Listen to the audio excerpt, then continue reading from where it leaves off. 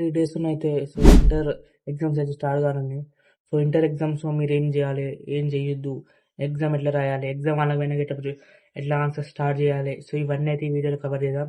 And మీకేమైనా important chapters కావాలంటే మన ప్రీవియస్ వీడియోలో inter first year, second year MPC important chapters అయితే చెప్పా.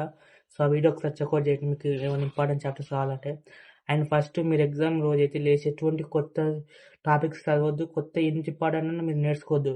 ఎగ్జామ్ 1 అవర్, 2 అవర్ ముందు కొంచెం చిల్ ఉండాలి. మైండ్ ఫ్రెష్ ఉండాలి. మీరు కొత్తగా నేర్చుకుంటే మీరు కొత్తవి పాతవి అన్నీ కన్ఫ్యూజ్ అయ్యి ఏవి గుర్తుకుండవు. మొత్తానికి 0 వస్తాయి. అందుకని మీరు 1 అవర్, 2 అవర్ ముందు ఏం కొత్తవి నేర్చుకోకుర్రి. మీరు నేర్చుకునేవి మళ్ళీ చూడరు కానీ కొత్త కాన్సెప్ట్లు చూడకుర్రి. లైక్ మీకు అదే ఆన్సర్ కానీ వేరే బుక్‌లలో గిట్ల చూడకుర్రి. మీకు చదివిన బుక్‌నే చూడుర్రి. మీరు కొత్తవి ఎక్కడ నేర్చుకోకుర్రి. And don't panic about perfection. పర్ఫెక్ట్‌గా ఉండాల్సిన అవసరం లేదు. కరెక్ట్‌గా అనిపిస్తే చాలు ఆన్సరు. పర్ఫెక్షన్‌తో ఎటువంటి పని లేదు. పర్ఫెక్ట్‌గా లేదు, పర్ఫెక్షన్‌తో లేదని టెన్షన్ ఏం లేదు. సింపుల్‌గా రాయండి. అండ్ ఎగ్జామ్ హాల్ ఫస్ట్ పోగానే మీరు ఫస్ట్ 1 మార్క్ ఆన్సర్ స్టార్ట్ చేయకండి ఎట్టి పరిస్థితిలో. అది 1 మార్క్ ఆన్సర్ మీరు ఫస్ట్ స్టార్ట్ చేస్తే చాలా అంటే చాలా టైం తీసుకుంటది. మీకు చాలా అంటే చాలా దెబ్బైపోతది. ఫస్ట్ మీకు ఎంత ఈజీ వచ్చినా ఏమైనా లాంగ్ ఆన్సర్‌లే స్టార్ట్ చేయండి. లాంగ్ ఆన్సర్ రాసినాక 5 మార్క్స్, 5 మార్క్స్ రాసినాక 1 మార్క్ కాడికి రండి. మీరు ఎట్టి పరిస్థితిలో 1 మార్క్ ఫస్ట్ రాస్తే 1 మార్క్‌కే 1 ½ అవర్ పోతది. మీరు 1 ½ అవర్‌లో మళ్ళీ లాంగ్ ఆన్సర్స్ మళ్ళీ 5 మార్క్ ఆన్సర్ రాసేసరికి టైం ఏమి మిగలదు ఆడ. అందుకని ఎట్టి పరిస్థితిలో మీరైతే లాంగ్ ఆన్సర్ స్టార్ట్ చేయండి. లాంగ్ వచ్చినా రాకుండా లాంగ్ ఆన్సర్సే రాయండి. ఏదో దానికి సంబంధించి రాస్తానికి ట్రై చేయండి. ఎటువంటి పర్ఫెక్షన్ ఉండాల్సిన అవసరం లేదు. నీట్‌గా రాయండి. అండ్ మీరు కొట్టేయాల్సిన అవసరం లేదు. మీరు లాంగ్ ఆన్సర్స్‌కి అండ్ 5 మార్క్స్‌కి 2 ½ అవర్ తీసుకుంటే హాఫ్ అన్ అవర్‌లో 1 మార్క్ కంప్లీట్ చేయొచ్చు ఈజీగా. మీరు ఫస్ట్ 1 మార్క్ స్టార్ట్ చేసింటే దీనికే 1 అవర్, 1 ½ అవర్ పోతది. మీరు తర్వాత లాంగ్ ఆన్సర్ రాయలేరు. అండ్ అలా ఒకవేళ మీరు ఇవి ఫస్ట్ రాస్తే ఈజీగా ఉంటది. ఎందుకంటే మీరు 2 ½ అవర్‌లో ఇవి 7 మార్క్స్, 5 మార్క్స్ కంప్లీట్ చేయొచ్చు. అండ్ హాఫ్ అన్ అవర్‌లో 1 మార్క్ రాయొచ్చు. ఇది ఒక మెయిన్ పాయింట్. అండ్ ఇంకో పాయింట్ ఎక్కువ కొట్టేయకూడదు పేపర్‌లల్ల.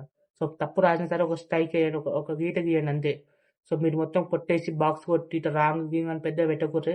ఆ పేపర్ మీద అట్రాక్షన్ పోతది అట్లా చేస్తే. అది మెయిన్. అలా అయితే చేయకుర్రి. అండ్ మొత్తం ఒక తప్పు ఒక గీత గీయండి అంతే సింపుల్‌గా. మీరు కొట్టాల్సిన అవసరం అదేం లేదు. మీరు ఎక్కువ అయితే పానిక్ అవ్వకండి. ఈజీ ఉంటది ఇంటర్ ఎగ్జామ్స్ పాస్ అవ్వడం. ఎక్కువ కష్టపడి ఆన్సర్ స్టార్ట్ చేసినప్పుడు పర్ఫెక్ట్‌గా వచ్చిన ఆన్సర్ స్టార్ట్ చేయండి. సీరియల్ వైస్ ఉండాల్సిన అవసరం ఏం లేదు. ఇష్టం వచ్చినట్టు రాయొచ్చు. ఎలా ఉన్నాయో మీరు సీరియల్ వైస్ రాయాలని అందరూ కానీ అట్లా రాయాల్సిన అవసరం ఏం లేదు. ఇష్టం వచ్చినట్టు రాయొచ్చు. ర్యాండమ్‌గా అయితే రాయొచ్చు. మీరేం చేయాలంటే ఫస్ట్ మీకు పర్ఫెక్ట్‌గా వచ్చిన ఆన్సరే రాయాలి. అది రాస్తే ఏమైతదంటే ఇన్విజిలేటర్‌కి కరెక్షన్ చేసేటప్పుడు కొంచెం ఇంప్రెషన్ పెరుగుతది. అంటే పర్ఫెక్ట్‌గా రాస్తున్నా అన్నీ అని. మీరు రాంది రాసి సీరియల్ వైస్ రాసేవన్నీ రాంది రాస్తే ఇంప్రెషన్ పోతది. మీ పేపర్ మీద ఉన్న అండ్ వేరే క్వెషన్ మీరు ఇట్టే తప్పే రాయొచ్చు అని అనుకుంటాడు. అందుకనే మీరు సీరియల్ వైస్ ఉండాల్సిన అవసరం లేదు.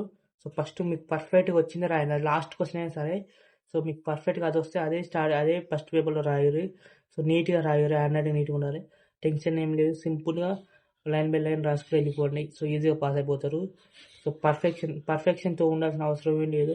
మీరు పర్ఫెక్షన్ ఎటువంటి టెన్షన్ లేదు. తప్పు రాసినా అరే పర్ఫెక్ట్‌గా లేదు ఆన్సర్ అని ఏం అవసరం లేదు. పర్ఫెక్ట్‌గా ఉండాల్సిన అవసరం అయితే లేదు.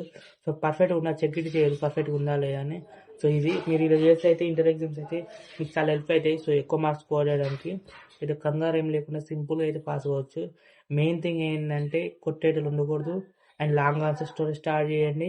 అండ్ ఎగ్జామ్స్ 1 అవర్ గుర్తుపెట్టుకోండి.